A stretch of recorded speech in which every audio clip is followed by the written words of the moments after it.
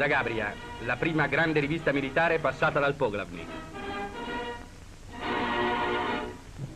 Il Poglavnik si intrattiene col ministro d'Italia a Zagabria.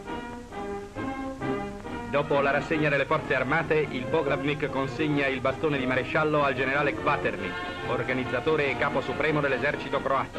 Il giuramento degli ufficiali.